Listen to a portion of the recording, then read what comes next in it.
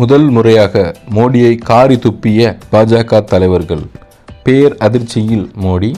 வாங்க அது என்ன தகவல்னு தொடர்ச்சியாக இந்த வீடியோவில் பார்க்கலாம். நாடு முழுவதும் பொதுமக்கள் பயன்பாட்டுக்காக மசூதிகள், தர்காக்கள், மதராசுகளின் பெயர்களில் இஸ்லாமியர்கள் தானமாக நிலம் வழங்கிய சொத்துக்கள் இருக்கின்றன. இந்த நிலம்தான் வக்ஃபு வாரிய சொத்துக்கள் என்று அழைக்கப்படுகிறது. இதற்காக 1954 ஒரு சட்டம் உருவாக்கப்பட்டது. பின்னர் 58ஆம் ஆண்டு அனைத்து மாநிலங்களிலும் வக்ஃபு வாரியங்கள் அமைக்கப்பட்டன. வக்ஃபு வாரியங்களானவை மசூதிகள், மத்ராஸ்கள், தர்காக்களை நிர்வகிக்கும் நிர்வாக முறைகளை கண்காணிக்கவும், இந்த வழிபாட்டு தலங்களின் பெயரால் உள்ள வக்ஃபு சொத்துக்களை கண்காணிக்கவும் வக்ஃபு வாரிய சொத்துக்கள் தொடர்பான விரிவான சட்டம் கடந்த 95ஆம் ஆண்டு கொண்டுவரப்பட்டது.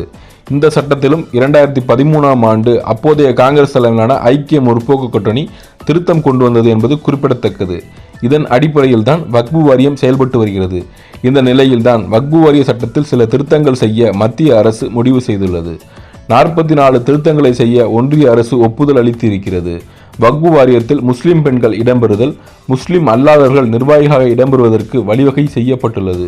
மத்திய வக்ஃபு கவுன்சில் மற்றும் மாநில வக்ஃபு வாரியங்களில் தலா 2 பெண் உறுப்பினர்கள் இடம்பெற வழிவகை செய்யப்பட்டுள்ளது.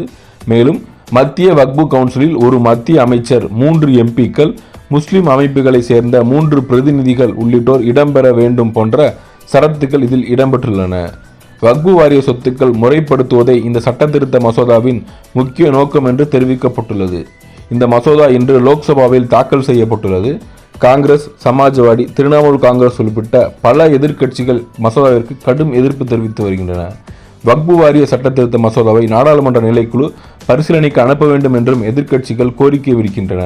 மத்திய அமைச்சர் கிரண் ரிஜிஜு மசோதாவை தாக்கல் செய்த நிலையில் இந்த மசோதாவிற்கு காங்கிரஸ் எம்பி வேணுகோபால், திமுகவின் கனிமொழி, விசிக எம்பி தொல் திருமாவளவன் உள்ளிட்டோர் கடும் எதிர்ப்பு தெரிவித்தனர்.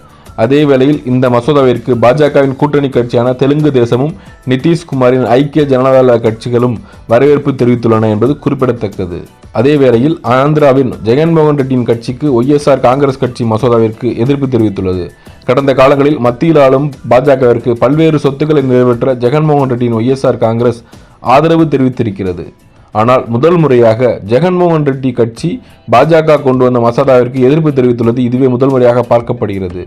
ஜெகன்மோகன் ரெட்டியின் இந்த மூவ் இந்தியா கூட்டணி பக்கம் அவர் திரும்புவதற்கு சாய இருப்பதை உணர்த்துவதாகவே அரசியல் வட்டாரங்களில் பேச்சும் எழுந்து வருகின்றன. இதுபோன்ற சூழலில்தான் வக்ஃபு வாரிய மசோதாவிற்கு ஆதரவாக மோடி செயல்பட்டு வரும் வகையில் அவருக்கு எதிராக பல பாஜக தலைவர்களும் மற்றும் பல தேசிய தலைவர்களும் அவரை காரி துப்பி வருவதாகவும், இதுபோன்ற சீர்திருத்தங்கள் நாட்டின் நடுநிலைமையை சீர்குலைக்கும் என்றும் கடுமையாக விவாதம் செய்து வருகின்றன. மேலும் இதுபோன்ற தகவல்களுக்கு சேனலை சப்ஸ்கிரைப் செய்து கொள்ளவும்.